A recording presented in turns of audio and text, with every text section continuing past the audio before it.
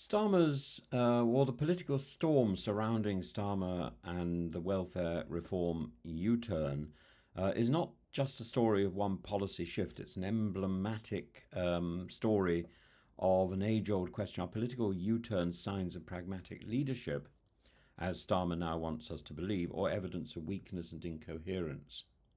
In Starmer's case, the welfare reversal has blown a multi-billion pound hole in his fiscal plans. It's provoked investor concern and it's emboldened his party's rebellious backbenchers. But before rushing to judgment, we need to look at what's really happened, why U-turns are neither new nor inherently virtuous, and what this episode reveals about the Labour government's political challenges. In March, Starmer's government unveiled tough welfare reforms intended to save around 5.5 billion by 2029 to 30, and these included stricter assessments of personal independence payments (PIP) and freezing the health element of universal credit for those too sick to work. And the measures faced immediate revolt. Over 120 Labour backbenchers now have threatened to sink the bill at its second reading, and critics, including disabled Labour MPs, have warned that it would create an unethical two-tier system, penalising new claimants while sparing existing ones. And that's they're criticising not only the original bill but also the U-turn.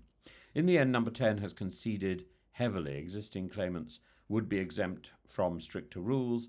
Payments would rise with inflation for current recipients, and the tougher new assessment rules would be delayed and reviewed. The projected savings collapsed by around £3 billion, raising the likelihood of future taxes.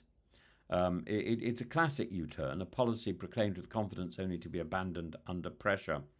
And it's important to be clear, U-turns are not a novelty in British politics. Labour has a long history of internal welfare U-turns in internal warfare, welfare, and Attlee, Wilson, Callaghan and Blair all faced backbench rebellions over benefits reform. In 1931, Labour MPs voted against their own government's unemployment measures in 32 consecutive divisions. This is not purely a Labour phenomenon. Thatcher had to abandon liberalising Sunday trading in 1986 after a huge Tory revolt.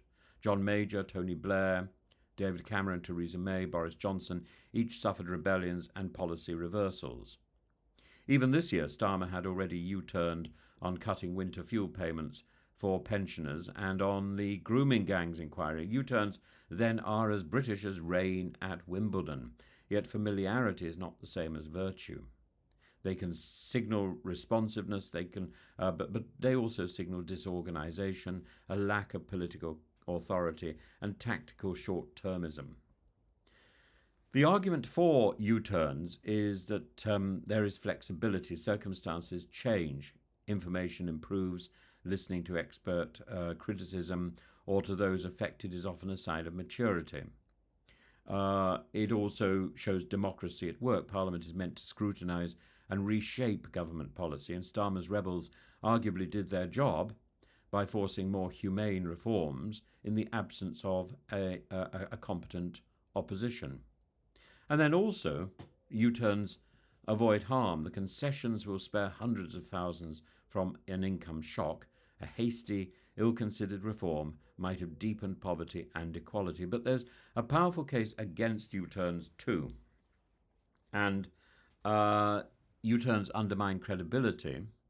Investors seeing a government that cannot deliver on its own budget savings, worries about fiscal discipline, borrowing costs rise, tax hikes become more likely.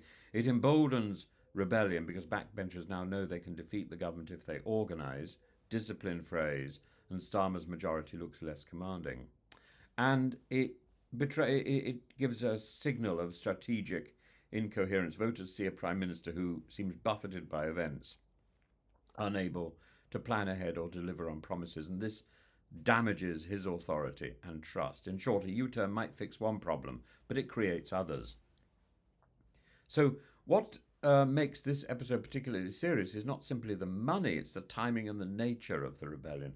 This is less than a year into Starmer's government, with a huge majority, and usually big rebellions only emerge after 2 or 3 years in a parliament, and that Labour MPs rebelled so soon suggests deep unease about the direction of policy and a Prime Minister struggling to keep his party in line. Moreover, this U-turn has left the government with a fiscal black hole, and Rachel Reeves already had a wafer-thin margin against her fiscal rules, and now she must find billions to fill that gap, almost certainly through higher taxes or spending cuts elsewhere. Finally, Starmer's retreat was messy and slow. His leadership was publicly challenged, negotiations were frantic, and the concessions were piecemeal. He didn't look decisive. All of this should have happened behind the scenes and in the corridors of Westminster. It didn't. In the end, Starmer's welfare U-turn is neither uniquely shameful nor praiseworthy in itself. British Prime Ministers have been making such reversals for a century, but this episode illustrates why U-turns are double-edged. They can be humane, necessary and democratic, but they can also undermine a government's credibility, authority and coherence. And for Starmer, this may be only the first of many tests. His challenge now is to show that he can listen without surrendering discipline, adapt without looking rudderless, and govern without showing a lack of compassion and a lack of competence. He needs to show both compassion and competence. And because in politics, turning around is sometimes necessary, but knowing where you are going is an indispensable virtue. And Starmer seems not only to have turned round, he seems to have spun on a dime and to have no idea of which direction he's facing.